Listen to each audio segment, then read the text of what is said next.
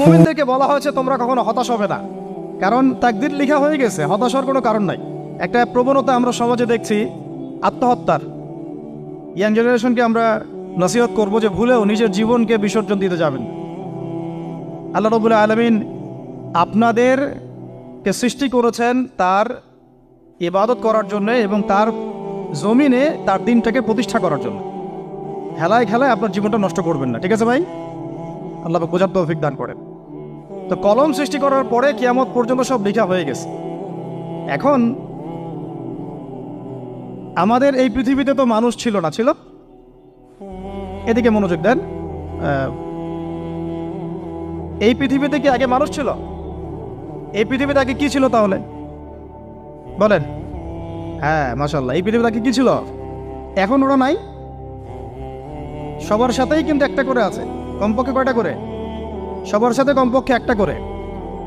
আর কোন কোন জায়গা আছে যেখানে জিনের বড় বড় আখড়া আছে।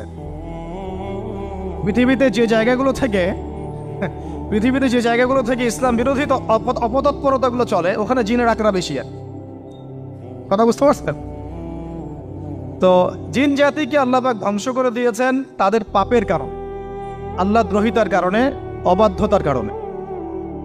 এখন আল্লাহ রাব্বুল আলামিন ইরাদা করলেন পৃথিবীতে আমাদেরকে সৃষ্টি করবেন, মানে মানুষকে সৃষ্টি করবেন। আল্লাহ পাক তার সমস্ত ফেরেশতাদেরকে একত্রিত করলেন। ঘটনাটা কিন্তু খুব ইন্টারেস্টিং। আমি জানি এখানে ওলামায়ে কেরামও আছেন, তবে আমি সবার জন্য প্রযোজ্য হয় এমন কথা বলারই চেষ্টা করছি, কারণ অনেকে হয়তো এগুলো নাও জানতে পারে। তো আল্লাহ পাকের ভাষায় আমি যদি বলি, আল্লাহ রাব্বুল আলামিন বলছেন, বা'দা আউযু বিল্লাহি মিনাশ শাইতানির রাজীম, وَإِذْ قَالَ رَبُّكَ لِلْمَلَائِكَةِ إِنِّي جَاعِلٌ فِي الْأَرْضِ خَلِيفَةً। হে নবী মুহাম্মদ সাল্লাল্লাহু আলাইহি ওয়াসাল্লাম, তুমি স্মরণ করো সেই সময়ের কথা যখন আল্লাহ তোমার রব সমস্ত ফেরেশতাদেরকে ডেকে বলেছিলেন যে ইন্নী জাইলুন ফিল আরদি খলিফা, আমি জমিনে মানে পৃথিবীতে আমার খলিফা পাঠাতে চাই। কি পাঠাতে চাই? আরো জোরে বলেন। আল্লাহ পাক বলেননি পৃথিবীতে মানুষ পাঠাতে চাই, পৃথিবীতে নতুন কোনো মাখলুক পাঠাতে চাই। আমাদেরকে আল্লাহ পাক সম্মানের শব্দে সম্মানিত করেছেন, বিশেষায়িত করেছেন। আমাদেরকে বলেছেন আমরা আল্লাহর খলিফা, আমরা আল্লাহর খলিফা। এখন আমরা আল্লাহর খলিফা, কিন্তু পৃথিবীতে মানুষ খিলাফা শব্দ সহ্য করতে পারে। হ্যাঁ, কি অদ্ভুত না? এটা কোরআনের কি শেষের দিকে আছে না প্রথম দিকে আছে? সূরা বাকারার একদম শুরুর থেকে 3টা 4টা 5টা পৃষ্ঠা উল্টালে দেখবেন এই একটা আছে। কোরআন তাহলে শুরু থেকে কখনো খুলেও দেখেনি সে ব্যক্তি। প্রমাণ হলো এটা, সে খুলেও দেখে নাই, অথবা দেখলেও সে এড়িয়ে গেছে। আল্লাহ পাক আমাদেরকে বললেন যে পৃথিবীতে আমি আমার খলিফা পাঠাতে চাই। তাহলে আদম আলাইহিস সালামকে আল্লাহ পাক মুহাব্বতের শব্দে, সম্মানের শব্দে বিশেষায়িত করলেন কি বলে? সুবহানাল্লাহ, সুবহানাল্লাহ। আর খলিফা কাকে বলে এটা আমি আপনাদেরকে বোঝাচ্ছি একটা দোয়া থেকে। এই যে গাড়িতে করে আমরা বাসা থেকে আসলাম বা যখন কোনো সফরে যাই, আমরা একটা দোয়া পড়ি, সুবহানাল্লাযী সাখখারা লানা হাযা ওয়া মা কুন্না লাহু মুকরিনিন ওয়া ইন্না ইলা রাব্বিনা লামুনকালিবুন। এতটুকু তো পড়ি নাকি? বা এগুলো পড়তে হবে? বইমেলায় এসেছি শুধু লেকচার শোনার জন্য না, ছবি তোলার জন্য না। আজকে জীবনটা পরিবর্তন করার নিয়াত করে যাইতে হবে, ঠিক আছে ভাই? বই প্রকাশ করা, ছাপানো, বিক্রি করা, লেখা, এর চেয়ে বড় কথা আমার জীবনটা ইলমের আলোয় আলোকিত করা। আমি বই লিখলাম ধরেন একটা, আমার মধ্যে সেই আমল নাই, লাভ নাই। লাভ আছে? আমি বই ছাপাইছি 100, 200, 500, 1000, আমি নিজেই আমল করি না, হবে? আগে আমল জরুরি। ইলমের সাথে আমলটা খুব বেশি জরুরি। আলেম তাকেই বলা হয় যে ইলম অনুযায়ী আমল করে। তাহলে আল্লাহ পাক বলেন লিমা তাকুলুনা মা লা তাফআলুন, তোমরা এমন কথা কেন বলো যে আমল নিজেরাই করো না? কাবুরা মাকতান ইনদাল্লাহ আন তাকুলু মা লা তাফআলুন, আল্লাহর কাছে সবচেয়ে গর্হিত একটা অপরাধ, তোমরা একটা কথা বলবা কিন্তু আমল করবা না। তো দোয়াটা মুখস্থ করবেন। এই দোয়ার নিচে একটা অংশ আছে, আল্লাহুম্মা আনতা সাহিবু বিস সাফারি। আমার কথাটা শুনেন, খলিফার অর্থটা বুঝেন। অনেকে তো অনেকভাবে ব্যাখ্যা করে আর কি। আল্লাহুম্মা আনতা সাহিবু ফিস সাফারি, আল্লাহ তুমি এই সফরে আমার সাথী। সফরে বের হওয়ার সময় দোয়া পড়ছি আমরা, আল্লাহুম্মা আনতা সাহিবু ফিস সাফারি, আল্লাহ তুমি এই সফরে আমার সাথী। ওয়াল খলিফাতু ফিল আহলি ওয়া মালি, আল্লাহ আমি তো বাসায় নাই, আমার বাসার আহাল মালের খলিফা হচ্ছে তুমি আল্লাহ। তাহলে খলিফা শব্দতে কি বুঝলেন? আল্লাহ আমার বাসার আহাল মালের খলিফা মানে কি? আমার স্থলাভিষিক্ত তুমি আল্লাহ, আমি ওখানে নাই বাসায়, আমি সফরে বের হয়ে গেছে, আমার স্ত্রী, আমার সন্তান, আমার মাল, আমার জান, এগুলোর দায়িত্ব তোমার, তুমি খলিফা। কত চমৎকার দোয়া। তাহলে পৃথিবীতে আমি আমার খলিফা পাঠাতে চাচ্ছি, তার অর্থ কি? আল্লাহ রাব্বুল আলামিন এই পৃথিবীতে আমাদেরকে তার প্রতিনিধি বানিয়েছেন। সুবহানাল্লাহ, সুবহানাল্লাহ। তাহলে আমরা নিজেদের আত্মপরিচয় ভুলে গেলাম যে আমরা আল্লাহর প্রতিনিধি পৃথিবীতে, তাই না? আমরা এখন আব্রাহাম লিঙ্কনের পূজা করতেছি। আব্রাহাম লিঙ্কনের পূজা তো বুঝেন না আপনারা, এটা হচ্ছে ওই যে সোকল ডেমোক্রেসির পূজার। আদতে প্রকৃত গণতন্ত্র বলে কিছু নাই এই বিশ্বের মধ্যে, যা আছে এগুলো তথাকথিত আর কি, স্লোগান জাস্ট, আর কিছু না। এটা যারা চর্চা করে তারাও জানে, আমাদের কাছে তারাই বলে। আদতে এই আপনার কমিউনিজমের কথা বলেন, এই লেনিন স্টেলিনারিজমের কথা বলেন, আপনি মুসলিনের কথা বলেন, চাইনিজ দর্শনের কথা বলেন, রাশিয়ান দর্শনের কথা বলেন, আর এই যে আরেকটা কি চলতেছে সেকুলারিজমের কথা বলেন, ন্যাশনালিজমের কথা বলেন, এগুলো একটা তাত্ত্বিক মতবাদ শুধুমাত্র। প্রকৃত মতবাদগুলো আপনি পাবেন বিশুদ্ধ যেগুলো কোরআন এবং হাদিসেই, এর বাইরে নাই। তা আমরা কিন্তু আল্লাহর খলিফা পরিচয় দিতে এখন দ্বিধাবোধ করতেছি। এই জমিনে আল্লাহ পাক আমাদেরকে তার খলিফা বানিয়ে পাঠিয়েছে। এখন খলিফা হলাম কিভাবে? কিসের গুণে খলিফা হলাম? প্রশ্নটা এটা। আমাদের কি 10টা হাত, 10টা পা, বেশি শক্তি ফেরেশতাদের চাইতে, যে আমরা খলিফা হলাম কিসের ভিত্তিতে? আর কিভাবে হলাম এটা শোনেন। আল্লাহ পাক বলছেন ওয়াল্লামা আদামাল আসমাআ কুল্লাহা, আল্লাহ বলছেন আমি আদমকে এই মহাবিশ্বের যত নাম আছে, নাউন্স, ইসম, সব শিক্ষা দিয়েছি। সুবহানাল্লাহ। এই মহাবিশ্বের যত নাম, এখানে ইসম শব্দের অর্থ কিন্তু জ্ঞান। ইসম মানে কি? এখানে জ্ঞান। মহাবিশ্বের যে জ্ঞানগুলো আছে, এই জ্ঞানগুলো আল্লাহ পাক আমাদের আদি পিতাকে শিক্ষা দিয়েছেন। আমাদের আদি পিতাকে আল্লাহ নিজে শিক্ষা দিয়েছেন। সৃষ্টিগতভাবে আমরা জ্ঞানী ছিলাম না, আল্লাহ পাক আমাদেরকে জ্ঞান শিক্ষা দিয়েছেন। আমরা ফিলোসফির বইগুলো খুললে দেখবেন ওখানে বুদ্ধিবাদ নামে একটা মতবাদ আছে। মানে তারা বলে যে মানুষ সৃষ্টিগতভাবেই একজন বুদ্ধিদীপ্ত প্রাণী। এটা ভুল কনসেপ্ট। সৃষ্টিগতভাবে আমাদের মধ্যে জ্ঞান ছিল না, আল্লাহ পাক আমাদেরকে জ্ঞান শিক্ষা দিয়েছেন। কথা বুঝতে পারছেন? একটা মতবাদ তাদের আছে অভিজ্ঞতাবাদ, মানে মানুষ অভিজ্ঞতা থেকেই শিখে। আরেকটা আছে সমন্বয় মতবাদ, আপনারা তো এগুলো অনেকে পড়েছেন হয়তো। এর বাইরে যে একটা মতবাদ আছে যে আল্লাহর পক্ষ থেকে ওহী ভিত্তিক মানুষ জ্ঞান শিখে, এই মতবাদ কোনো দার্শনিকের বইয়ে স্থান পেল না। কি আফসোস, কি আফসোস। অথচ মুসলিম ঘরের দার্শনিক তারা। আমরাও পড়েছি ভাই, 4 বছর এই কারণে গেলেই। কি আফসোস, আল্লাহ পাকের ওহীর পক্ষ থেকে যে জ্ঞান আসতে পারে এইটা কনসেপ্টই নাই। অথচ এখানে কোরআনে আল্লাহ পাক বলছেন ওয়াল্লামা আদামাল আসমাআ কুল্লাহা, আমি আল্লাহ আদমকে সমস্ত নাম শিক্ষা দিয়েছি। সুবহানাল্লাহ। এরপরে এই যে জ্ঞান আদম আলাইহিস সালামকে আল্লাহ পাক শিক্ষা দিলেন, এর ফলশ্রুতিতেই আল্লাহ পাক বললেন যে ওয়াইয কুলনা লিল মালাইকা উসজুদু লি আদম, হে ফেরেশতারা তোমরা এখন আদমকে সিজদা করো। কি ফেরেশতাদেরকে দিয়ে আল্লাহ পাক আমাদের পিতাকে সিজদা করালেন কিসের মানদণ্ডে? কিসের কারণে? জ্ঞানের কারণে। জ্ঞানের কারণে ফেরেশতাদেরকে আল্লাহ পাক বললেন যে এই নামগুলো বলে দাও তো তোমরা। তারা বলতে পারলো না। তারা বললো লা ইলম আল্লাহুম্মা লা ইলমা লানা ইল্লা মা আল্লামতানা, আল্লাহ আমাদের তো সেই জ্ঞান নাই, শুধু ওইটুকু জ্ঞান আছে যা আপনি আমাদেরকে শিখিয়েছেন। তখন আল্লাহ পাক বলেছিলেন যে আমি যা জানি তোমরা তো জানো না, আমি কি বলি নাই যে আমি আসমান জমিনের গায়েবের সব খবর জানি? তখন আল্লাহ বললেন যে তোমরা সবাই সিজদা করো আদমকে। তাহলে আমাদের পিতাকে খলিফা করা হলো, জ্ঞান শেখানো হলো, আল্লাহ পাক নিজে শেখালেন, ফেরেশতার মণ্ডলীদের দিয়ে সিজদা পর্যন্ত করালেন। কিসের মানদণ্ডে? আরো আসতে বলেন, জ্ঞানের মানদণ্ডে। এখন যদি আমরা একটু প্রশ্ন ছুড়ে দেই নিজ নিজ বিবেকে, আমরা কি সেই ওহীর 10টা সূরাও শিখেছি? 10টা পারা কি পড়া হয়েছে কখনো? 10টা সূরারও কি অর্থ জানি? অনেকে তো 10টা আয়াতের অর্থ জানি না। আমরা কি সেই ওহীর 10টা হাদিস শিখেছি? তাহলে আমরা কোথায় সম্মান খুঁজতেছি? পশ্চিমাদের কাছে? বলেন। সত্যি সবচেয়ে আফসোস লাগে আমার একটা জিনিস, যে মুসলিমরা আমরা এখন আমাদের আত্মপরিচয় ভুলে যাচ্ছি, আর আল্লাহ পাক আমাদেরকে যেখানে সম্মান রেখেছে ওইখানে সম্মান না খুঁজে আমরা অন্যের দাসত্বের সম্মান খুঁজতেছি। আল্লাহ আমাদেরকে বোঝার তৌফিক দান করে। এটা অজ্ঞতার কারণে হচ্ছে। আমাদের কাজ তাদেরকে সচেতন করা বা তাদেরকে মেসেজ পৌঁছে দেয়া। আমরা উগ্র পন্থা অবলম্বন করব, আমরা হিকমার সাথে প্রজ্ঞার সাথে মানুষকে বোঝানোর চেষ্টা করব, এগুলো বোঝানোর অংশ। এখন আচ্ছা, আরেকটা কথা আপনাদেরকে বলি, একটা কথা আমি মাঝখানে মিস হয়ে গেছে। এই যে আল্লাহ পাক আমাদেরকে খলিফা করে পাঠিয়েছেন, খলিফার কাজ কি? প্রশ্ন না? আমাদের কাজ কি তাহলে? এই কাজটা আল্লাহ পাক আবার ব্যাখ্যা করেছেন সূরা সদের মধ্যে। কোন সূরায়? সূরা সদ। সদ নামে একটা সূরা আছে, সূরা ইয়াসিনের আগে পড়ে পাবেন। তো এখানে আল্লাহ পাক আরো একজন নবীকে তার খলিফা বলেছেন। সেই নবীর নাম দাউদ আলাইহিস সালাম। কি নাম?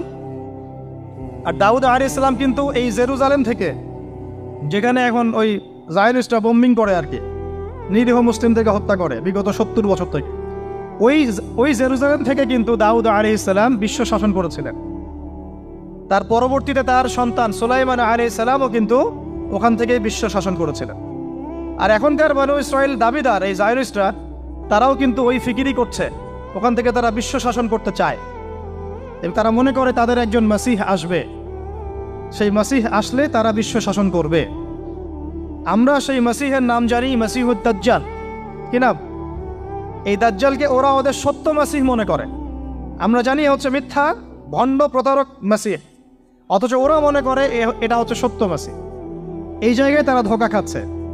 অথচ সত্য মাসিহ হচ্ছেন ঈসা আলাইহিস সালাম, যিনি আবার শেষ জামানায় আসবেন এবং তার হাতেই এই মাসিহুদ দাজ্জাল মারা যাবে এবং তারপরে পুরো বিশ্বে আবার ওই খিলাফা কায়েম হবে। ওই যে খলিফা, ওটা সারা বিশ্বে কায়েম হবে।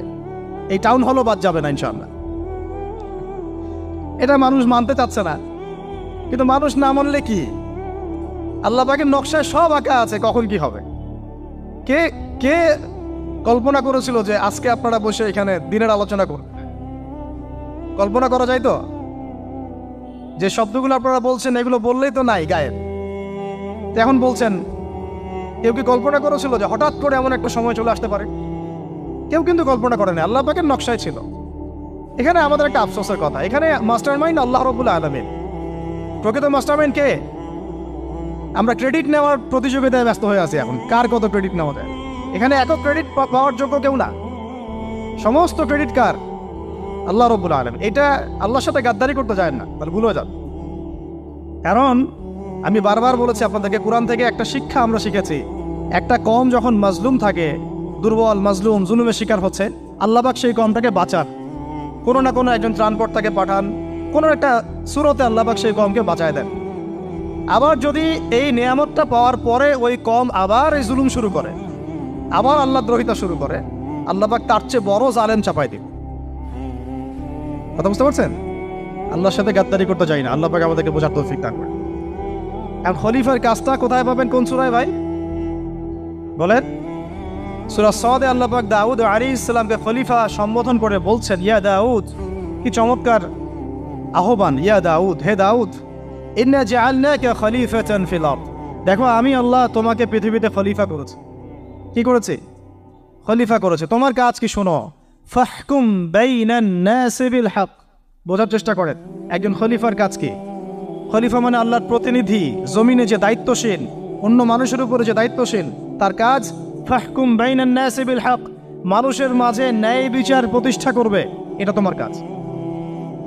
তাহলে এখন যারা আমরা এই জায়গায় আছি বা ভবিষ্যতে আসব, আরও কাল আগাতে থাকবে, সময় আগাতে থাকবে, নতুন নতুন নেতৃত্ব আসবে, সবার ফাংশন একটাই, ফাহকুম বাইনান নাসি বিল হক।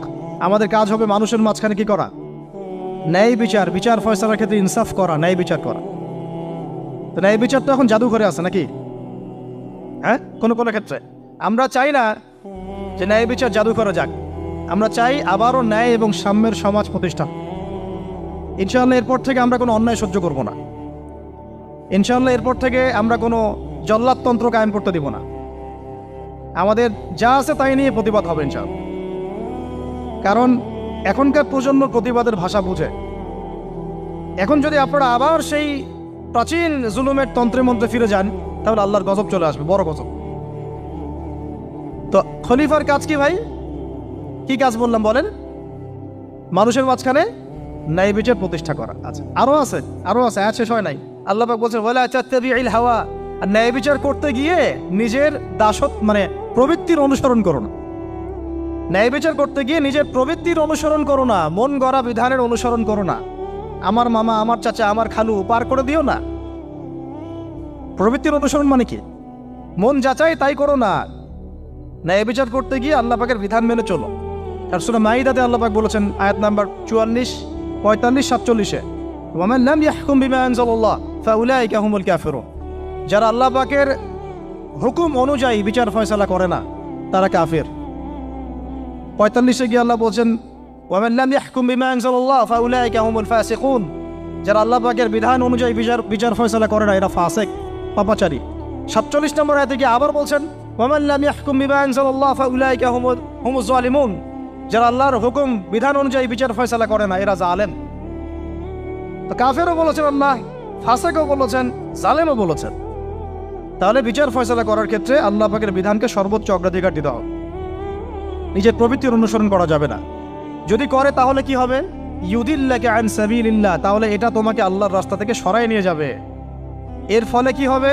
জেনে রাখো, ইন্নাল্লাযীনা ইউদিল্লুনা আন সাবিলিল্লাহ লাহুম আযাবুন শাদীদ বিমা নাসু ইয়াউমাল হিসাব। এটা পড়ে দেয়, নিশ্চয়ই যারা আল্লাহ পাকের সরল পথ থেকে বিচ্যুত হয়ে গেছে তাদের জন্যে কাল কিয়ামতের মাঠে আছে আযাবুন শাদীদ। আযাবুন শাদীদ মানে কঠিন কঠিন যন্ত্রণাদায়ক শাস্তি, এই কারণে যে তারা কিয়ামতের দিনটাকে ভুলে গিয়েছে। শাদীদ এর অর্থটা কি এটা বোঝার জন্য আপনাকে সূরা হাদীদ পড়তে হবে। কোন সূরা? আসলে কোরআনের আয়াতগুলো হচ্ছে আকাশের তারার মতো। তারা দেখবেন আকাশের, তারা দেখাও সুন্নত। ইসলাম তো রসকসহীন ধর্ম না রে ভাই, সবকিছুই আছে এখানে। আসলে আমরা জানি না বলে আমরা মনে করি যে এখানে কোনো বিনোদনই নাই, তাই না? এই গান বাজনা না করলে কি হয়? মন শান্তি হয়? এরকম একটা ভাব। যদি আপনি কোরআনের ভিতর ঢুকে যান, আপনার হৃদয়ে এমন নূর আসবে, এমন তৃপ্তি আসবে যে ওগুলো আপনার শুনতে ইচ্ছা করবে না। আপনি কান বন্ধ করে ফেলবেন, নিজেই বলতেই হবে না। এখন কিছু নতুন ইসলামিস্ট আসছে, তারা এগুলোকে ইসলামের অন্তর্ভুক্ত বলে মনে করার দাবি করতেছে যে এগুলো তো নিষেধ নাই, এগুলো তো নিষেধ করা হয় নাই। কতটুকু জানেন ইসলাম সম্পর্কে আপনি? না জেনে কেন কথা বলেন? নবী সাল্লাল্লাহু আলাইহি ওয়াসাল্লাম রাস্তা দিয়ে হাঁটছেন, ওই সময় তো অনেক পূজা অর্চনা ইত্যাদি হতো মক্কায়। তো এখানে ঢাকঢোলের শব্দ আসছে। নবী সাল্লাল্লাহু আলাইহি ওয়াসাল্লাম নিজের 2 আঙ্গুল কানের মধ্যে ঢুকিয়ে দিলেন, দিয়ে পাশে একজন সাহাবী তাকে জিজ্ঞাসা করছেন হাঁটতে হাঁটতে হাঁটতে হাঁটতে, তুমি কি এখন আওয়াজ শুনতে পাচ্ছ? সাহাবী বলেন, না ইয়া রাসূলুল্লাহ, এখন আওয়াজ শুনতে পাচ্ছি না। তখন তিনি কান বের করলেন। এটা নবীর সুন্নত। আর আমরা নবীর সুন্নতকে উল্টাই দিচ্ছি কিভাবে দেখেন, আমাদের কানেই এখন ইয়ারফোন। উনি যেটা শুনে কান বন্ধ করতেন ওইটা আমরা কানে ঢুকায় রাখছি একবার। আল্লাহ আমাদেরকে বোঝার তৌফিক দান করেন। দেখেন, আমরা তো সবাই পাপী। আমার মনে হয় না আমরা কেউ নবী সাল্লাল্লাহু আলাইহি ওয়াসাল্লামের সুপারিশ ছাড়া পার পাবো, এমনটা মনে হয় না আমার। সবাই পাপী, আপনি আমি আমরা সবাই। তো যে নবীর সুপারিশ আমরা প্রত্যাশা করছি, সেই নবীর সুন্নতকে যদি এইভাবে অবজ্ঞা করতে থাকি তাহলে কি সুপারিশ পাবো ভাই? কি মনে হয় আপনাদের? অ্যাটলিস্ট সুন্নতকে তো সম্মান করতে হবে নাকি? আল্লাহ বোঝার তৌফিক দান করেন। আমি তাহলে যেটা বলছিলাম যে আল্লাহ পাকের বিধান অনুযায়ী বিচার ফয়সালা করতে হবে, এটা খলিফার কাজ। ন্যায় বিচার করতে হবে মানুষের মাঝখানে, এবং নিজের প্রবৃত্তির অনুসরণ করা যাবে না, তাহলে আল্লাহর পথ থেকে দূরে সরাই দেবে। এখানেই বললাম শাদীদ বুঝতে গেলে আপনাকে কোন সূরা পড়তে হবে? সূরা হাদীদ। আকাশের তারার কথা কেন বললাম? যে আকাশের তারাগুলো যদি মেলাতে পারেন দেখবেন বিভিন্ন শেপ তৈরি হয়। প্রত্যেকটা তারার অবস্থানের গাণিতিক একটা ব্যাখ্যা আছে। যারা অ্যাস্ট্রোনমি নিয়ে পড়াশোনা করেন তারা জানেন, এগুলো সবাই জানবেন না। প্রত্যেকটা তারাকে আল্লাহ পাক এত সূক্ষ্মভাবে স্থাপন করেছেন যে যদি সামান্য একটু ডানে বামে এগুলো সরে যায়, মহাবিশ্বের এই স্থিতিশীলতা নষ্ট হয়ে যাবে। এবং এটার কসমও আল্লাহ পাক কোরআনে করেছেন সূরা ওয়াকিয়ার মধ্যে। কোন সূরা? সূরা ওয়াকিয়াতে আল্লাহ পাক বলেছেন, ফালা উকসিমু বিমাওয়াকিইন নুজুম। আমি তারার অবস্থান স্থলের স্থিতির কসম করে বলছি। আল্লাহ পাক এর কসম করেছেন। কত গুরুত্বপূর্ণ জিনিস, ঠিক আছে? তো পরেরগুলো বললাম না। সূরা হাদীদ কেন পড়বেন? সূরা হাদীদ আল্লাহ পাক বলেছেন যে ওয়ানজালনাল হাদীদা ফীহি বাসুন শাদীদ। এই যে শাদীদ বুঝাতে গিয়ে হাদীদে আসছে। আল্লাহ পাক বলছেন যে আমি আল্লাহ পৃথিবীতে আসমান থেকে লোহা নাজিল করেছি। অবাক করার বিষয় না? লোহার খনি খুঁজতেছেন আপনারা মাটির নিচে, তাই না? আল্লাহ পাক বলছেন আমি লোহা নাজিল করেছি, আনজালনা, ঠিক যেমন ইন্না আনজালনাহু ফি লাইলাতুল কদর, আমি লাইলাতুল কদরে কোরআন নাজিল করেছি, আসমান থেকে নাজিল হয়েছে, তাই না? এরকমই ওয়ানজালনাল হাদিদা, আমি হাদিদ লোহা নাজিল করেছি, ফিহি বাসুন শাদীদ, যে লোহার মধ্যে আছে কঠিন শক্তি আছে। আয়রন যে অণু পরমাণুগুলো, এগুলোর শক্তি সবচেয়ে বেশি না? কেমিস্ট্রিতে আপনারা পড়েছেন। তাহলে এখন আল্লাহ পাক বলছেন কিয়ামতের দিন তাদের জন্য আযাবুন শাদীদ, যারা আল্লাহ পাকের খলিফার দায়িত্ব পালন করবে না, যারা খলিফার দায়িত্ব পেয়েও ন্যায় বিচার করবে না, ইনসাফ করবে না, প্রবৃত্তির অনুসরণ করবে, ঠিক আছে, আল্লাহর পথ থেকে বিচ্যুত হয়ে যাবে, তাদের জন্য কিয়ামতের মাঠে এই শাস্তি আছে। তাহলে আমরা কি খলিফা শব্দ বুঝতে পারলাম? আমাদের পিতা যে খলিফা, এটা কি বুঝতে পারলাম? তাহলে এখন বলেন তো, প্রত্যেক নবী কি আল্লাহর খলিফা ছিলেন না? ছিলেন কি না? প্রত্যেক নবী কি আল্লাহর বিধান দিয়ে বিচার ফয়সালা করেন নাই? মানুষের মাঝখানে ইনসাফ করেন নাই? ন্যায় বিচার প্রতিষ্ঠা করেন নাই? এরপরে সাহাবায়ে কেরামের যুগে তারা কি ন্যায় বিচার প্রতিষ্ঠা করেন নাই? তাহলে হঠাৎ করে কি হলো বিশ্ববাসীর মধ্যে যে একেবারে কোরআন হাদিস এর মৌলিক বিষয়গুলো, এগুলো সব পাশ কাটিয়ে আমরা মানব রচিত বিধানগুলোর দিকে চলে গেলাম? রহস্যজনক না বিষয়টা? এটা হচ্ছে দাজ্জালীয় একটা শাসন আসতেছে সামনে। দাজ্জাল নিজেকে খোদা বলে দাবি করবে এবং সে সমস্ত মানব জাতিকে বোঝাবে যে সেই খোদা, নাউযুবিল্লাহ। সে অনেক ভেলকি দেখাবে, মানুষকে তার দিকে টেনে নিয়ে আসবে, এমনকি সে এক হাতে জান্নাত এক হাতে জাহান্নাম নিয়ে করবে। নবীজি বলেছেন যে তার জান্নাতে প্রবেশ করবে ওটাই তার জাহান্নাম, আর যে তার জাহান্নামে প্রবেশ করবে সেটাই হচ্ছে জান্নাত। তাহলে পুরো বিশ্ববাসীকে আল্লাহ থেকে দূরে সরিয়ে একটা গডলেস ওয়ার্ল্ডে রূপান্তরিত করার একটা তৎপরতা চলছে, লক্ষ্য করতেছেন না? এটা মূলত আপকামিং যে দাজ্জালীয় সভ্যতার ভবিষ্যৎবাণী নবীজি করেছেন, এই দিকেই ওয়ার্ল্ড যাচ্ছে আস্তে আস্তে ওই দিকে যাচ্ছে।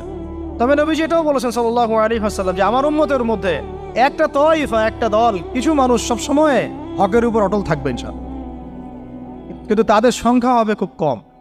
এখন আমাকে আপনারাই বলেন যে ওই হকের উপর অটল থাকতে হলে আমার সেই জ্ঞান লাগবে কি লাগবে না? বলেন। যেই জ্ঞান আমাদের পিতাকে শেখানো হয়েছে, দেখবেন প্রত্যেকটা মানুষের মধ্যে কিছু প্রতিভা আছে, সৃজনশীলতা আছে, আছে না? একটা বুদ্ধিদীপ্ত একটা তাড়না মানুষের ভিতরে কাজ করে। এটা কোত্থেকে আসছে জানেন? আমাদের পিতার ডিএনএ থেকে আসছে। আমাদের পিতার ডিএনএ থেকে, আমরা কিন্তু সবাই তার সন্তান। এরপরে পৃথিবীতে মানুষ পাপাচারে যখন লিপ্ত হলো প্রচন্ড রকম, তখন নূহ আলাইহিস সালামকে আল্লাহ পাক পাঠান এবং তিনি প্রায় 950 বছর দাওয়াতের কাজ করলেন, 40টা বা 80টা পরিবার ইসলাম কবুল করল। তখন আল্লাহ পাক এই মুমিনদেরকে বাদ দিয়ে সবাইকে গারদ করে দিলেন, ধ্বংস করে দিলেন। মানে আমরা যারা পৃথিবীতে এখন বেঁচে আছি, যে আপনি আমি, আপনাদের নাম আমি জানি না, আমরা যারা বেঁচে আছি, আমরা কিন্তু কোনো না কোনোভাবে ওই 40 বা 80 পরিবারের সন্তান। আমরা আত্মীয়, কিন্তু আমরা সবাই কিন্তু আত্মীয়, জানেন? 40টা বা 80টা পরিবার বাদ দিয়ে বাকি সব মানুষকে আল্লাহ পাক ধ্বংস করে দিয়েছিলেন নূহ আলাইহিস সালামের মহাপ্লাবনে। ঘটনা জানেন না? 40 বা 80টা পরিবারকে বাদ দিয়ে বাকি সবাইকে আল্লাহ পাক ধ্বংস করেছেন ওই মহাপ্লাবনে। তাহলে এখন এই বিশ্বে যত মানুষ আছে তারা কয়টা পরিবারের সন্তান? ওই 40-80। আমরা কোনো না কোনোভাবে একে অপরের আত্মীয় হই, মুসলিম অমুসলিম সবাই, মুসলিম অমুসলিম সবাই।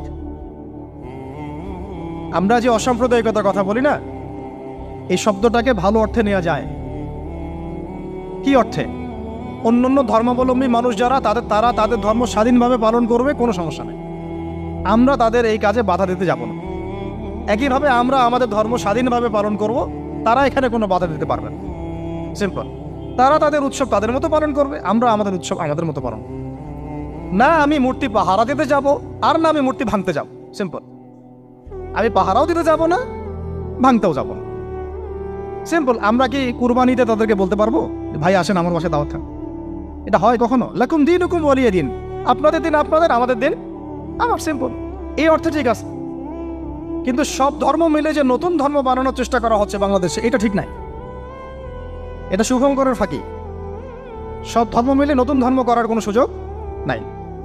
আমরা সবাই এক পরিবারের সন্তান। এখন আমাকে বলেন, নূহ আলাইহিস সালামের একটা ছেলে ছিল, নাম জানেন? কি নাম বলেন? কে? না, মাশাআল্লাহ। কয় ছেলে ছিল তার?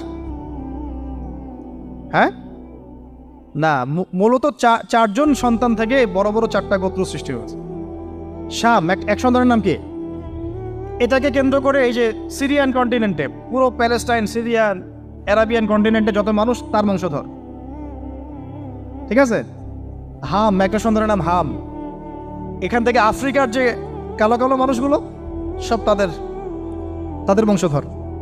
একটা হচ্ছে ইয়াফাস, ইউরোপিয়ান যারা সাদা চামড়া সব এদের বংশধর। আরেকটা যে কেনান। এই ছেলেটা কি বলেছিল? বাবা ডাকছে নৌকায় আসো তাড়াতাড়ি, নৌকায় আসো তাড়াতাড়ি, না হলে আজকে আল্লাহ পাক আযাব দিয়ে ধ্বংস করে দিবে।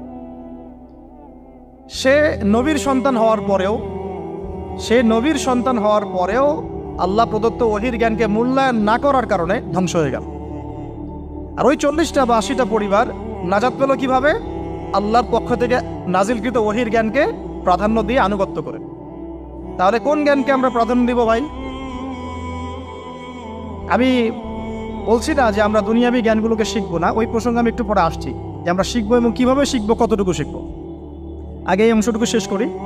ঠিক একইভাবে আপনারা কি আদ জাতির নাম জানেন? আদ, সামুদ। ওই যে সৌদি আরব এখন যেখানে লাইন বানাচ্ছে, লাইন প্রজেক্ট, ওই আল-ওলা বলে, আল-ওলা লাইন প্রজেক্ট বানাচ্ছে, দেখবেন অনলাইনে। ওই জায়গা দিয়ে নবী সাল্লাল্লাহু আলাইহি ওয়াসাল্লাম তাবুক যুদ্ধের সময় গিয়েছিলেন। যাওয়ার সময় তিনি বলেছিলেন, তোমরা মাথা নিচু করে কান্নাকাটি করতে করতে এখান থেকে অতিক্রম করো।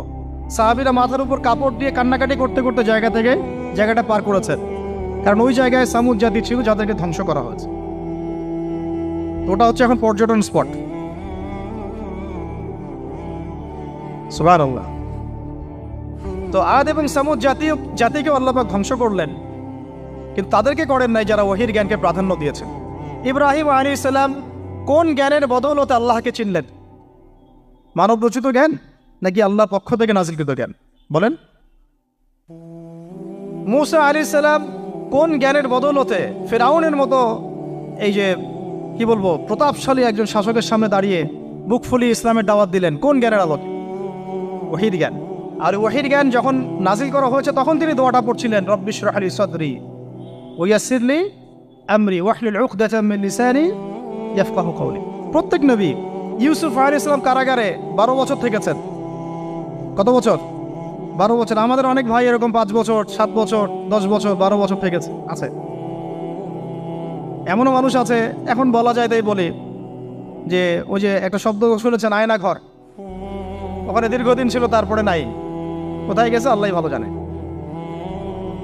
ইউসুফ আলাইহিস সালামও এরকম কারাগারে ছিলেন। কত বছর? 12 বছর। কিন্তু আল্লাহ পাক তাকে এমন একটা জ্ঞান শিক্ষা দিয়েছিলেন, তিনি স্বপ্নের ব্যাখ্যা বলতে পারতেন, যে কোনো স্বপ্নে। রাজা স্বপ্ন দেখলেন যে 7টা গাভী, জীর্ণ শীর্ণ গাভী, মোটা তাজা গাভীকে খেয়ে ফেলছে, স্বপ্নের ব্যাখ্যা কেউ দিতে পারেন। কিন্তু ওই জেলখানায় 2জন ছাড়া পাওয়া মানুষ, ছাড়া পাইছে 2জন আর কি, 2জনের মধ্যে একজন বেঁচে আছে, একজন নাই। মানে 2জন বসে বসে ইউসুফ আলাইহিস সালামকে বলছিলেন যে আমরা একটা স্বপ্ন দেখলাম যে আমার মাথায় রুটি আছে, পাখি এসে রুটি খেয়ে ফেলছে। আর আমি স্বপ্ন দেখলাম যে আমি শরাব পান করাচ্ছি, ব্যাখ্যা কি ইউসুফ? তোমাকে সত্যবাদী বলে জানি। ইউসুফ আলাইহিস সালাম বললেন, তোমার মাথায় রুটি যেটা খেয়ে নিচ্ছে তার মানে তোমাকে শুলদণ্ড দেওয়া হবে, আর তুমি যে পানি পান করাচ্ছ তার মানে তুমি নাজাত পাবে, ছাড়া পাবে। হলেও তাই। আর যে নাজাত পাবে তাকে ইউসুফ আলাইহিস সালাম বলে দিলেন যে তুমি রাজদরবারে গিয়ে আমার কথা বলো, আমার কথা আলোচনা করো। তো সে ভুলে গিয়েছিল। পরে যখন এই স্বপ্নটা দেখলো বাদশা, তখন বাদশা সবাইকে ডাকলো, ডেকে বললো যে এই গাভীর স্বপ্নের ব্যাখ্যা কি? তখন এই ব্যক্তির মনে পড়ছে, আরে ইউসুফ তো ব্যাখ্যা দিতে পারে। সে গিয়ে ইউসুফ আলাইহিস সালামকে ডেকে নিয়ে আসতেছে যে এই রাজা স্বপ্ন দেখছে, ব্যাখ্যা কি? স্বপ্ন কিন্তু আপনার কাছে শুনে একটা স্বাভাবিক মনে হচ্ছে, আরে গাভীর আবার স্বপ্নের কি ব্যাখ্যা? তখন ইউসুফ আলাইহিস সালাম ব্যাখ্যা দিলেন যে 7 বছর ফসল ফলবে আপনাদের এলাকায়, তারপরের 7 বছর হবে দুর্ভিক্ষের সময়। কিসের সাথে কিসের ব্যাখ্যা? এই জ্ঞান কে শিখালেন তাকে? এই ইন্টারপ্রিটেশনের জ্ঞান কে শিখালেন? তাহলে জ্ঞানের মূল উৎস কে? আমার কথা বলার উদ্দেশ্য কি বুঝতে পারছেন? যত জ্ঞান তার মূল উৎস কে? স্বপ্ন একটা জ্ঞান, যদি সেটা সত্য হয়। আর জেনে রাখবেন, কিয়ামতের আগে আগে মুমিনদের স্বপ্ন বেশি বেশি সত্য হবে। ঠিক আছে? মূসা আলাইহিস সালামকেও সেই আল্লাহই জ্ঞান শিক্ষা দিলেন। ঈসা আলাইহিস সালাম এই কুষ্ঠরোগীর গায়ে হাত বুলালে ভালো হয়ে যায়। হ্যাঁ, অন্ধ ব্যক্তির মানে চোখে হাত বোলালে ভালো হয়ে যায়। এমনকি মৃত ব্যক্তিকে তিনি বলছেন কুম বিইজনিল্লাহ, আল্লাহর হুকুমে দাঁড়িয়ে যাও, দাঁড়িয়ে গেল। এই জ্ঞান কে দিয়েছেন তাকে? দাউদ এবং সুলাইমান আলাইহিস সালাম এই যে পশু পাখির ভাষা বুঝেন, সুলাইমান আলাইহিস সালাম পিঁপড়ার ভাষাও বুঝেন। আপনাদের সায়েন্স কি পিঁপড়ার ভাষা বুঝে? হ্যাঁ, আমরা তো এখন সায়েন্সকে সবকিছুর মানদণ্ড মনে করি, তাই না? সায়েন্স যদি বলে হ্যাঁ তাহলে হ্যাঁ, না বললে না। মানে এমন একটা ভাব, দেখেন সায়েন্সকে আমরা ইলাহ বানাইছি, ইলাহ, উপাস্য। সায়েন্স যদি বলে যে পৃথিবী থেকে অমুক অমুক কোটি কোটি আলোকবর্ষ দূরে একটা গ্রহের সন্ধান পাওয়া গেছে, নাম দিল ধরেন যে আলফা এক্স ওয়াই জেড কিছু একটা, ওখানে হুড়পড়ি আছে, হ্যাঁ ওখানে দুধের সাগর আছে, মধুর সাগর আছে, তো মানুষ তখন বিশ্বাস করা শুরু করবে হ্যাঁ হ্যাঁ তাই তো, তাই থাকতেই পারে। নাসা বলেছে না হয়ে পারে, নাসা মন্তব্য করেছে না হয়ে পারে।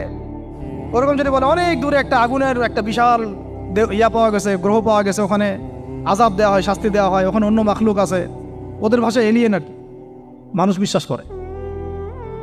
এটা আল্লাহ পাক কোরআনে বলছেন যে সুলাইমান আলাইহিস সালাম পিঁপড়ার ভাষাও বুঝতেন, ওই কথা বিশ্বাস করতে চাচ্ছে না। সুলাইমান আলাইহিস সালাম বাতাসে ফ্লাই করতে পারতেন, এটা বুঝতে পারতেছে না, বিশ্বাস করে না। তাহলে ওই প্রযুক্তি না থাকলে এয়ারক্রাফট কিভাবে আবিষ্কার করলেন? যে প্রযুক্তিগুলো পৃথিবীতে চলে গেছে ইতিমধ্যে, ওগুলো ভবিষ্যতেও আসতে পারে।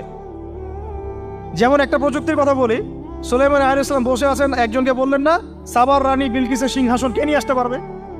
একজন বললো যে আপনি উঠে দাঁড়াইতে যতক্ষণ সময় লাগে এর মধ্যে নিয়ে আসুন। উনি বললেন যে হবে না, এটাতে হবে না, তুমি স্লো, তুমি 3G 4G না, এত স্লো স্পিডে আমার হবে না। এই কথা বলেন নাই, মজা করলাম আর কি।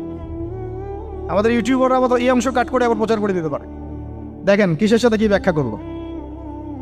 কোরআনকে 3Gর সাথে তুলনা করলেন আবু তহাদ না, ব্যাস কাম সারা দেশে ওইটাই ইস্যু তখন। মহা মুসিবত, মানে বাঙালি জাতির মধ্যে দিন প্রচার করা। আমাদের সালাফদের ভাগ্য ভালো যে তারা আগেই, মানে এই প্রযুক্তি আসার আগেই দুনিয়া থেকে তারা চলে গেছে। মুশকিল না, যত ইস্যু এগুলোর কারণেই সৃষ্টি হয়। তো যাই হোক, প্রসঙ্গে আসি, কোথায় ছিলাম ভাই, যে কথা হারায় ফেললাম। হ্যাঁ, আরেকজন বললেন যে না, আপনি চোখের পলক ফেলতে যতক্ষণ লাগে এর মধ্যে দেখবেন সিংহাসন সামনে। সুবহানাল্লাহ, কি প্রযুক্তি বলেন! এই প্রযুক্তির সামনে কি বিশ্ববাসী যেতে পেরেছে?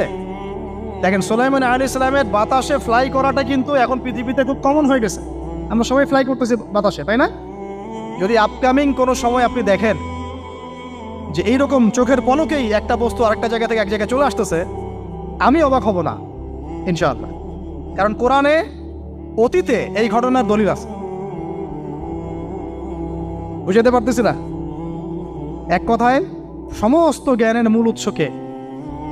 এরপরে আসেন, অত আর লম্বা করছি না, আমাদের নবী মুহাম্মদ সাল্লাল্লাহু আলাইহি ওয়াসাল্লাম আসেন, আমরা তো তার উম্মত। 23 বছরে, একটু মনোযোগ দেন, এটা আলোচনার লাস্ট পার্ট, ঠিক আছে? 23 বছরে তিনি পুরো জাহেলিয়াতকে পরিবর্তন করে দিয়েছেন। কত বছরে? 23 বছর। আপনারা কি জানেন যে আইয়ামে জাহিলিয়াতে আসলে কি কি সমস্যা ছিল? কেন ওই যুগটাকে আমরা জাহিলিয়াত বলি? বেসিক্যালি 5-6টা সমস্যা ছিল। কয়টা? 5-6টা। 1 নম্বর শিরক। 1 নম্বর কি? আমার সাথে বলেন। শিরক আমাদের ওয়ার্ল্ডে নাই, এটা তো গ্লোবাল শিরক চলতেছে এখন। শুধু ধর্মীয় শিরক চলতেছে না, কিন্তু এখন শিরক হচ্ছে পলিটিক্সে, শিরক হচ্ছে ইকোনমিক্সে, শিরক এডুকেশনেও আছে, শিরক কালচারের মধ্যেও আছে। কথাগুলো বুঝতে হবে একটু গভীরভাবে। তখন সমস্যা ছিল রিবা, সুদ। এখন নাই। রিবা ছাড়া কোনো সিস্টেম আছে এখন ওয়ার্ল্ডে? আমি গতকালকে একটা হাদিস মোতালা করছিলাম সুদ সংক্রান্ত। নবীজি বলেছেন সাল্লাল্লাহু আলাইহি ওয়াসাল্লাম যে একটা যুগ আসবে সামনে, সুদবিহীন কোনো মানুষই চলতে পারবে না। যে চলতে চাইবে তার গায়েও সুদের ছিটা ফোটা গিয়ে লাগবে। আসে নাই সেই যুগ?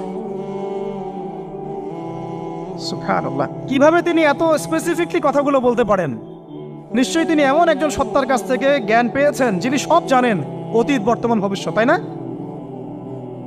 এমনকি নবীজি বলেছেন ইমামুল মাহদির সময় যে 10 জন ঘোড়সাওয়ার বের হবে এবং তারা গিয়ে খোঁজ নিতে যাবে যে দাজ্জাল বের হয়েছে কিনা, নবীজি বলছেন আমি সেই 10 জনের নামও জানি, তাদের বাবার নামও জানি।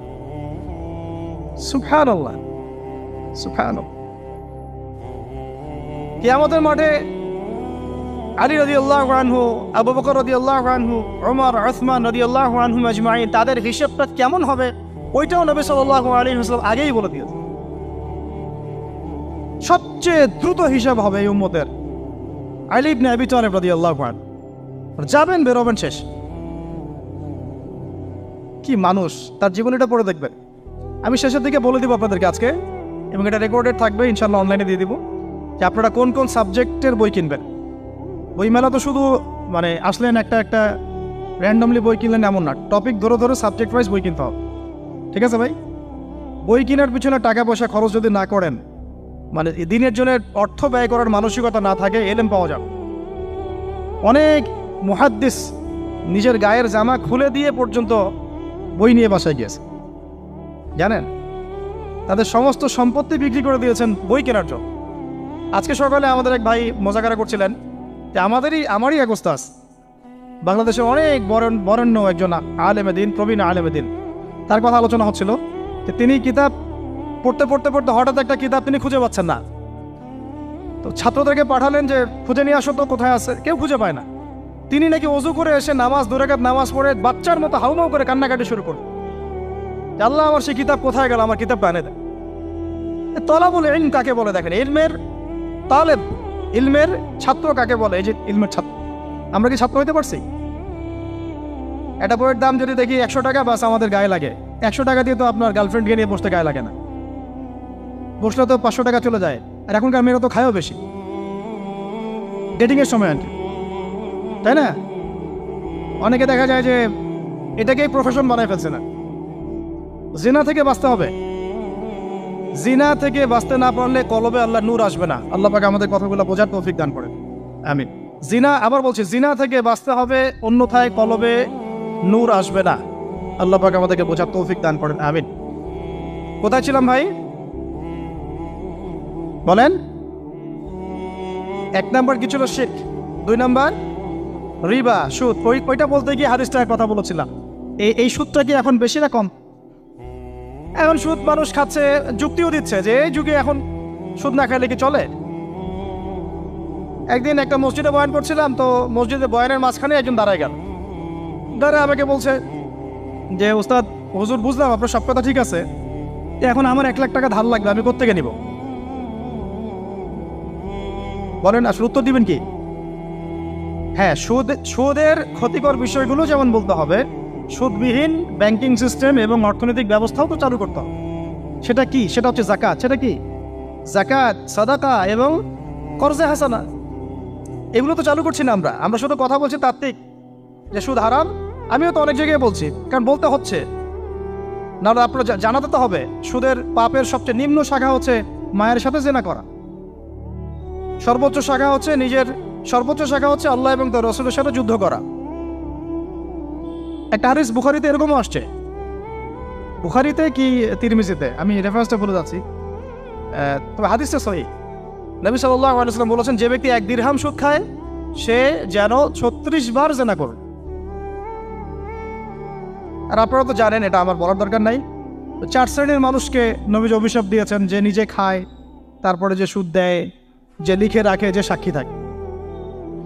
আমি বলতে যাচ্ছি, আইয়ামে জাহিলিয়াতে এই সুদটা ছিল, আমাদের এই বর্তমান ওয়ার্ল্ড অ্যাফেয়ার্সে নাই। বাংলাদেশ একটা কান্ট্রি হিসেবে চিন্তা করবেন না, আপনি গ্লোবালি চিন্তা করবেন, কারণ এখন একটা দেশ স্বতন্ত্রভাবে চলতে পারে না। ওয়ার্ল্ড ব্যাংকের সাথে আপনাকে ডিল করতে হবে, IMF এর সাথে। আমি যদি প্রেসিডেন্ট হই, তা আমাকে করতে হবে, আপনি হলে আপনাকে করতে হবে। তো কথা বলে তো শুধু কথা বলে লাভ নাই, আপনার বিকল্পটা কি? আসলে বিকল্প ব্যবস্থাটা কি? এটা তো মূল কথা। ইকোনমিক্স নিয়ে কতগুলো কিতাব আছে এখানে, ইসলামিক ইকোনমিক্স নিয়ে আমরা কতগুলো কিতাব ছাপাইছি, বর্তমান ওয়ার্ল্ড অ্যাফেয়ার্স নিয়ে আমরা কতগুলো কিতাব ছাপাইছি। নবী সাল্লাল্লাহু আলাইহি ওয়াসাল্লাম বলেছেন, শেষ জামানার সবচাইতে আমার উম্মতের উপর ভয়াবহ ফিতনা হচ্ছে মাসিহুদ দাজ্জাল। কি নাম বলে? এখন আপনি আমাকে মাদ্রাসার পুরো সিলেবাসে কন্টেন্টে আমাকে দাজ্জাল নিয়ে একটা ফ্যাকাল্টি দেখান, আছে? কয়টা কিতাব আছে? সবচেয়ে ভয়াবহ ফিতনা নবীর মুখে, নিজের মুখে বল, সবচেয়ে ভয়াবহ, এর চেয়ে ভয়াবহ কোনো ফিতনা আসে নাই, আসবেও না। তো এখন আপনি আমাকে বলেন যে এই ফিতনা সংক্রান্ত কতগুলো কিতাব আপনার কাছে আছে বাসায়, বলেন। তাহলে গ্যাপস আছে না আমাদের মধ্যে? গ্যাপ ফিল আপ করতে হবে। কথাগুলো বলার উদ্দেশ্য হচ্ছে গ্যাপটা ফিল আপ করা। তো এই রিবার সমস্যাটা এখনো আছে। আল্লাহ পাক আমাদেরকে রিবা মুক্ত জিন্দেগি দান করে না। এবং আমি রিকোয়েস্ট করব বিনয়ের সাথে যে আমাদের ঊর্ধ্বতন কর্তৃপক্ষ যারা আছেন, শুধু একটা কাজ করেন না, একটা কাজ একটা বছর করেই দেখেন না কি হয়। প্রত্যেকটা মুসলিম, অমুসলিমদের কথা বলছেন, যেহেতু এটা খিলাফা স্টেট না, সেহেতু অমুসলিমরা এখানে জিজিয়া দিবে না। খিলাফা স্টেটে অমুসলিমরা জিজিয়া দেয়, এটা তো খিলাফা স্টেট না, এটা তো ডেমোক্রেটিক স্টেট এবং সেকুলার স্টেট। শুধু মুসলিমদের কাছ থেকে যাদের নিসাব পরিমাণ সম্পদ হয়েছে জাকাত দেওয়ার, সবার কাছ থেকে রাষ্ট্রীয়ভাবে বাধ্যতামূলক জাকাত নেন, দেখেন না অর্থনীতি সচল হয় না হয় না। একটা বছর নিয়ে দেখেন না কি হয়। কেউ এই উদ্যোগ গ্রহণ করতে পারতেছে না। কেন হচ্ছে না আমরা বুঝতে পারতেছি না। কর্জে হাসানার এনজিও চালু করা যায়। আমরা অনেক সংগঠন করছি, সোশ্যাল, অরাজনৈতিক ইত্যাদি রাজনৈতিক। আমরা ইকোনমিক এনজিও খুব একটা করতে পারছি, কিন্তু এই জায়গাগুলো দখল করে ফেলছে। দেখেন কারা কারা, নাম বলতে যাচ্ছি না। এবং যারা যারা দখল করছে তারা কিন্তু এখন রাষ্ট্রের অনেক বড় বড় জায়গা হস্তক্ষেপ করতেছে। ইভেন ট্রান্সজেন্ডারের মতো ইস্যু কিন্তু তারা ঢুকাই দিচ্ছে। ঢুকায় না? উত্তরবঙ্গ জুড়ে, পুরো উত্তরবঙ্গ ঘুরে আসেন, দেখেন কাদের তৎপরতা বেশি। নীলফামারীতে সফর করে দেখলাম যে ওখানে একটা গ্রামের মধ্যে 24টা এনজিও কাজ করতেছে, শুধুই সব। তারপরে মানুষ তামাক চাষ করে খাচ্ছে। একটা দল দাবি করতেছে নবী সাল্লাল্লাহু আলাইহি ওয়াসাল্লাম ছাড়াও আরও নাকি নবী আসতে পারে, নাউযুবিল্লাহ। এবং ওই যে মির্জা গোলাম আহমেদও তাদের অন্তর্ভুক্ত।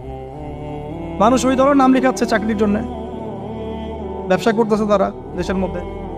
আরে ভাই, শুধুমাত্র তাত্ত্বিক কথাবার্তা না, আসলে আমাদের সংগ্রামটা কিন্তু বহুমুখী।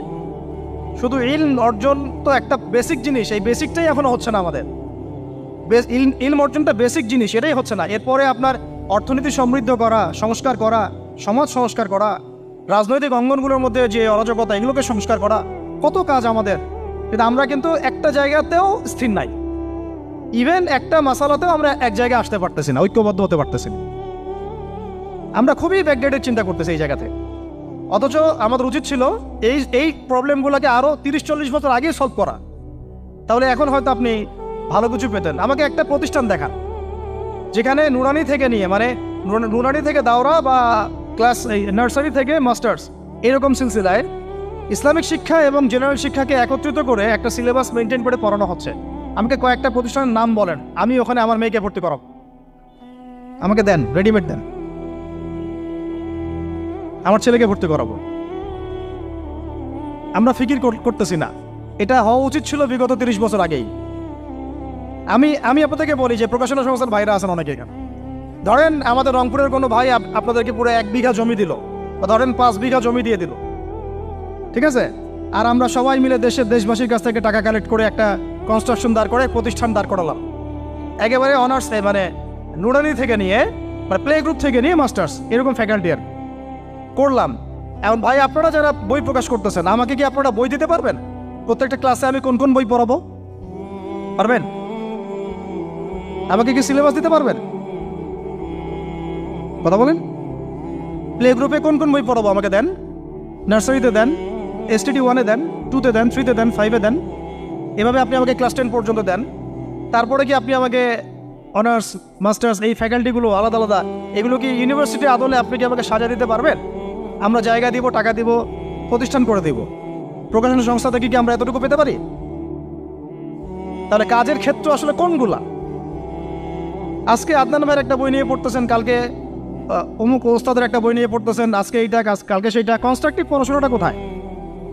ধরেন এই যে আমাদের এক ভাই, পরিচিত ভাই, ওই ভাই যদি বলে যে আমি ভাই একসময় দিনের পথে ছিলাম না, এখন ইসলামের পথে আসছি, তো আমি এখন আলেম হইতে চাই। কি হইতে চাই? আলেম হইতে চাই, কিন্তু আমার মাদ্রাসায় পড়ার কোনো সুব্যবস্থা নাই। আচ্ছা, এখন কি তাকে আমরা 5 বছর বা 10 বছরের মধ্যে আলেমের সমপর্যায়ে নিয়ে যেতে কি পারবো? সেই সিলেবাস কি আমার কাছে আছে? বলেন। অথচ বিশ্বাস করেন, আরবি ভাষা না জানলে কেউ কোরআন জানতে পারবেই না। আমি এখন এটা শক্ত করে বলি যে কোরআন শেখা যেমন ফরজ, আরবি ভাষাটা শিক্ষা করাও ওয়াজিব। এখন আমাদের 80% জেনারেল শিক্ষিত ছেলেপেলে কিভাবে আরবি শিখবে? কিভাবে তারা আকীদা শিখবে? কিভাবে তারা কোরআনের তাজবিদ শিখবে, তাদাব্বুর শিখবে, তাফসির শিখবে, হাদিসের এরাব দেওয়া শিখবে, এবারত পড়া শিখবে, কিভাবে তারা নাহু সরফের জ্ঞান অর্জন করবে, কিভাবে তারা উসুলের জ্ঞান অর্জন করবে, কিভাবেই বা তারা বড় বড় ধরেন ফেকা শাস্ত্রের জ্ঞান, তারপরে এদিকে উসুলে হাদিসের জ্ঞান, তাফসিরের জ্ঞান, আরও বড় বড় ফ্যাকাল্টিগুলো, কিভাবে তারা বড় পর্যায়ের আলেম হবে আমাকে বলেন। প্রোডাক্ট দেন, প্রোডাক্ট, এবং এমন এমন আলেমের প্রোডাক্ট যে আলেমরা সারা ওয়ার্ল্ডকে ডিল করতে পারে, মানে ইন্টারন্যাশনাল স্কলার। এখান থেকে যাবে ইউকেতে গিয়ে দাওয়াতি কাজ করে আসবে, অস্ট্রেলিয়ায় গিয়ে দাওয়াতি কাজ করে আসবে, মালয়েশিয়ায় গিয়ে দাওয়াতি কাজ করে আসবে, আন্তর্জাতিক মানের আলেম আমরা কি জেনারেল শিক্ষিত ব্যাকগ্রাউন্ড থেকে তৈরি করতে পারবো? পারছি কি? আর আপনারা আমাকে বলেন তো ভাই, যে কত পার্সেন্ট মানুষ জেনারেল শিক্ষিত আর কত পার্সেন্ট মানুষ মাদ্রাসায় শিক্ষিত? কাদের পরিসংখ্যানটা বেশি? তারা কি, তাদের কোনো অবদান রাখার কোনো সুযোগ নাই? এখন যদি এই ক্লাসিক্যাল পড়াশোনা না হয়, ইলমের এই গভীরতায় না যায় এবং বড় বড় ওলামায়ে কেরামদের সোহবতে তারা না আসে, তাহলে কিভাবে তারা বিশুদ্ধ ইসলাম শিখবে আর প্রচার করবে আর প্রতিষ্ঠা করবে? তো প্রশ্ন কিছু করে গেলাম। আজকে প্রশ্নগুলো রেখে যাচ্ছে এই কারণে, যেগুলো নিয়ে আপনারা ভাববেন যে আপনারা আমাকে একটা ইসলামিক ইউনিভার্সিটি করার মতো বইপত্র আমাকে বানায় দেন না। দায়িত্ব নেন কেউ, আপনারা সবাই মিলে দায়িত্ব নেন। আমি এখানে একটা স্কুল আছে আমাদের ছোট্ট, তহাজিন নুরাইন ইসলামিক স্কুল। এই স্কুল আমরা করেছি প্লে, নার্সারি, কেজি 1, 2, 3, 4, 5 এতটুকু, ট্রাইলিঙ্গুয়াল, মানে বাংলা মিডিয়াম, আর Bangla medium English version, medium না ইংলিশ ভার্সন, আর অ্যারাবিক। এই সিলেবাসটুকু করতে, এই 8টা ক্লাসের সিলেবাস করতে আমাকে 7 দিন 8 দিন একেবারে বাংলা বাজার ঘাটাঘাটি করে, ওই আমরা আগে তো ইংলিশ মিডিয়ামে পড়াশোনা করতাম, ওই অক্সফোর্ডের বই ঘাটাঘাটি করো, ব্রিটিশ কাউন্সিলের বই ঘাটাঘাটি করো, তারপরে ওদের ম্যাথামেটিক্স, ওদের সায়েন্স, আবার এই মাদ্রাসার অ্যারাবিক, আবার এই সরকারি কারিকুলামের বই, এগুলো ঘাটতে ঘাটতে ঘাটতে একটা সিলেবাস আমরা দাঁড় করাতে পারছি। মাত্র 5টা ক্লাস পড়তে পারবে। এরপরে এটা করতে গিয়ে যে দেখলাম যে আসলে এগুলোর যে এত ঘাটতি আছে বাজারে, রেডিমেড কোনো প্রোডাক্ট এগুলোর নাই। থেকে ঘুরে ফিরে কি সেই আমরা একই জিনিসই চর্চা করতে থাকবো, নাকি আমরা একটু বহির্বিশ্বে যেভাবে দিন প্রচার হচ্ছে এই মান দিতে পারি? এটা আমাদের উচিত না করার কাজটা? হ্যাঁ, এটা তো আমাদের হাতে রাষ্ট্রীয় ক্ষমতা নাই, থাকলে না হয় উপরের লেভেল থেকে এগুলো করা যায় খুব সহজ। বরং উপরের লেভেলে যারা আছেন তারা তো আরও ট্রান্সজেন্ডার ঢুকাচ্ছেন, আপনারা তো এলজিবিটি ঢুকাচ্ছেন। তাহলে এই কাজগুলো কাদের করতে হবে? তাহলে বেসরকারিভাবে করতে হবে। এখন আমরা যারা বইকে ভালোবাসি, জ্ঞানকে ভালোবাসি, আল্লাহকে ভালোবাসি, রাসূলকে ভালোবাসি, চাই যে আমরা যা করছি আমাদের পরের প্রজন্মটা মানুষের মতো মানুষ হোক। কাজ কি কম না বেশি আমাদের বলেন? সেই ক্ষেত্রে কাজগুলো কিন্তু ওইভাবে হচ্ছে না ভাই। একটা বিষয়ের বই সবাই ছাপাচ্ছি, কেন? কি দরকার আছে?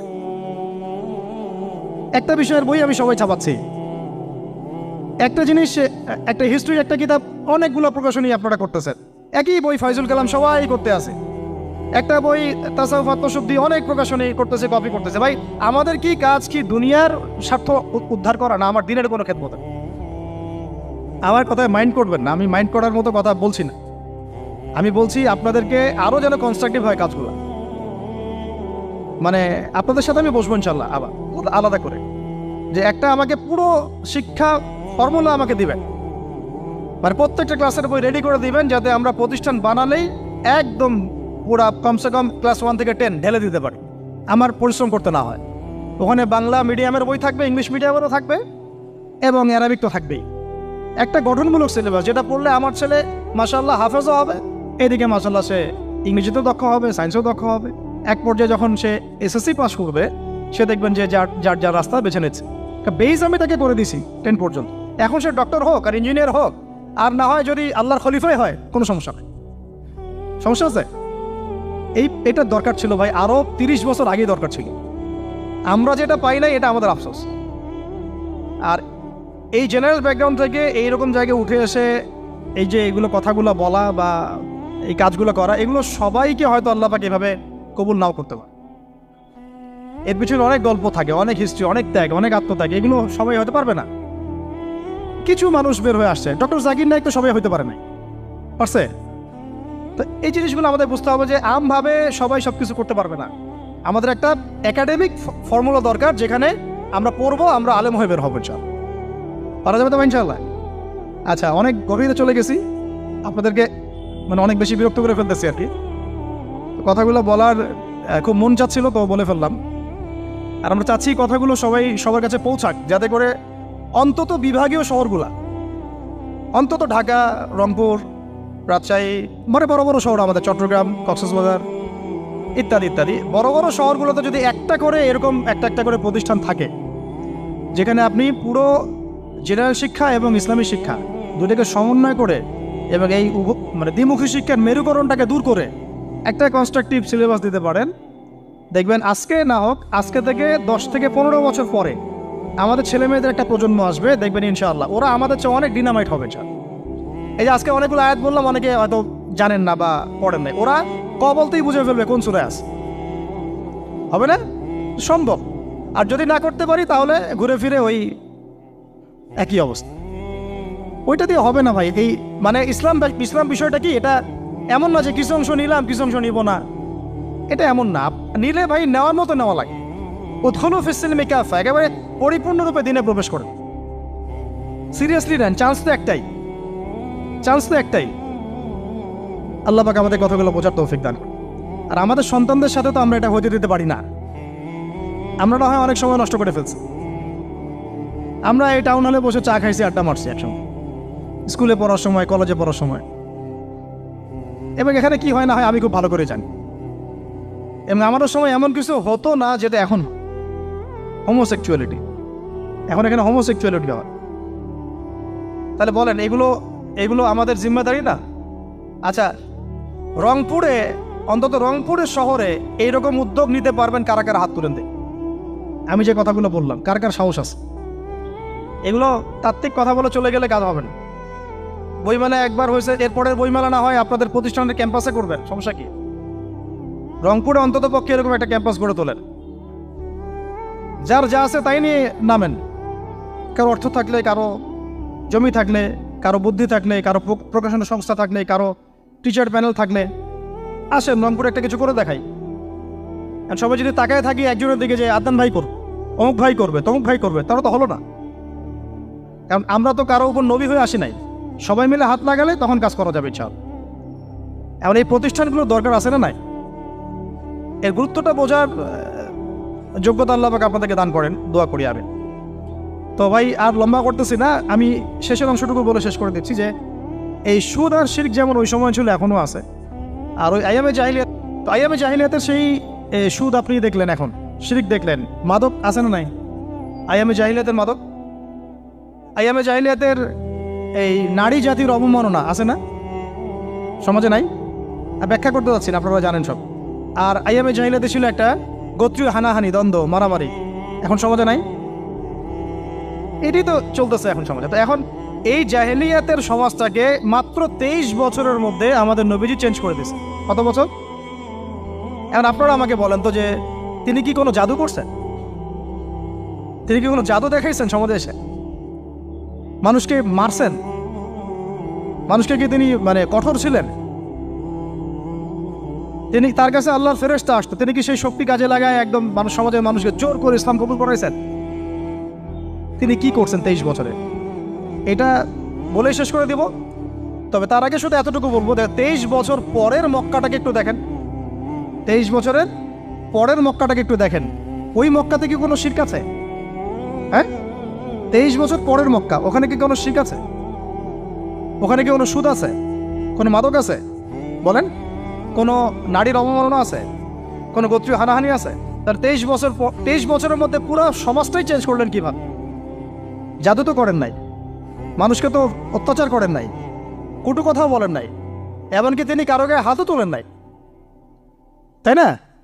একটা কাজই তিনি করেছেন, সেটা হলো এই যে কোরআন এবং সুন্নাহর যে জ্ঞান, এই ওহীর জ্ঞানটাকে তিনি সবার মাঝখানে ছড়াই দিয়েছেন।